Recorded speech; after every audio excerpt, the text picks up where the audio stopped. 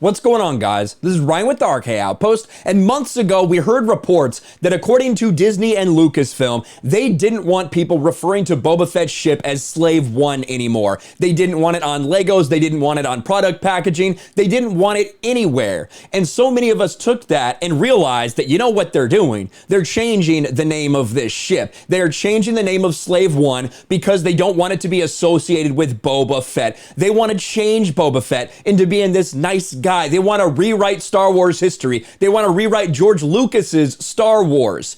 And a lot of people pushed back on that, whether they were a Disney Star Wars shill, whether they were just in denial about what's going on, or whether they actually had a reasoned approach to why they thought maybe it's just for marketing reasons. They wouldn't actually change the name of Slave One.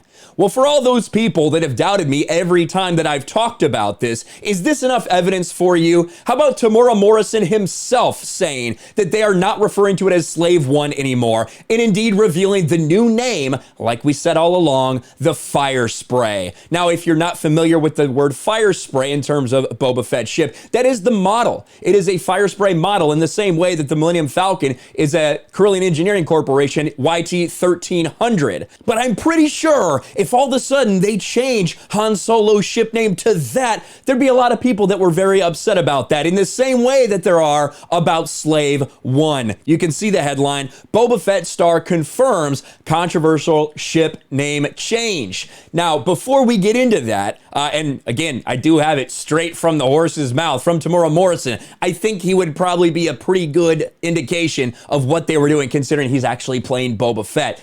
But before we get into that, like the reaction to the Boba Fett series has been very strange. There are bits of people that are incredibly defensive about this, both from just the Disney Star Wars fan side, and also some people that truly do think that whatever John and Dave are doing will save Star Wars, and they will listen to no one who says any different, which is very, very strange. But I do have a couple things, spoilers for this week's episode 3, so if you don't want any spoilers, stay away. I'm not going to play any videos, but I do have to show you some still images that we have from this little gang of ruffians that Boba Fett recruited, that nice man Boba Fett recruited, with their very, stylized outfits and their very colorful bikes that they have, their little Vespas. And it didn't just stop with one shot. Look at this. This is Data Racer. The Book of Boba Fett is completely stupid, and this show is an embarrassment.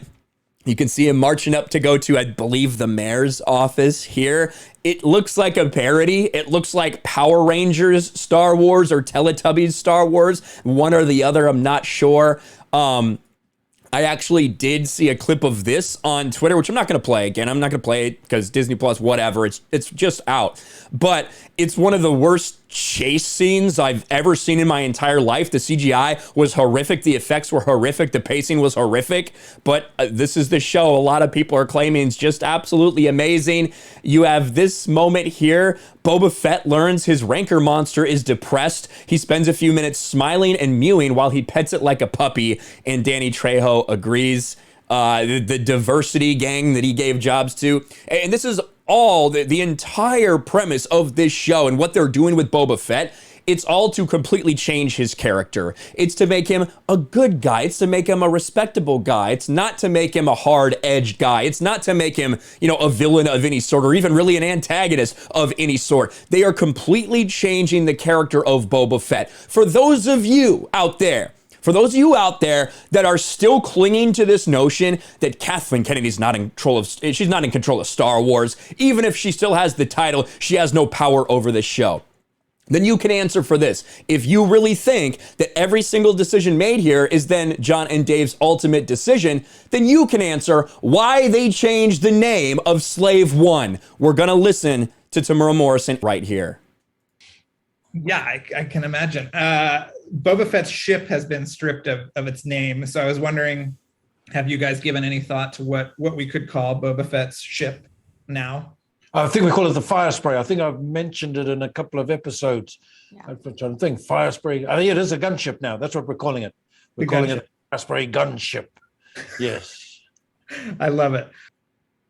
There you go. So for those of you that, again, said that can't be true, it's just for marketing purposes, they wouldn't change the name, they wouldn't do that. Yes, they fucking did. It's called a gunship now, Fire Spray gunship. They are going back to Empire Strikes Back, right? Something that is written down in Empire Strikes Back, Slave One, the name of Boba Fett's ship, right? This is in there. This is canon. They also mentioned that name in Clone Wars at one point, an episode that Boba Fett's in. They call it Slave One in that as well.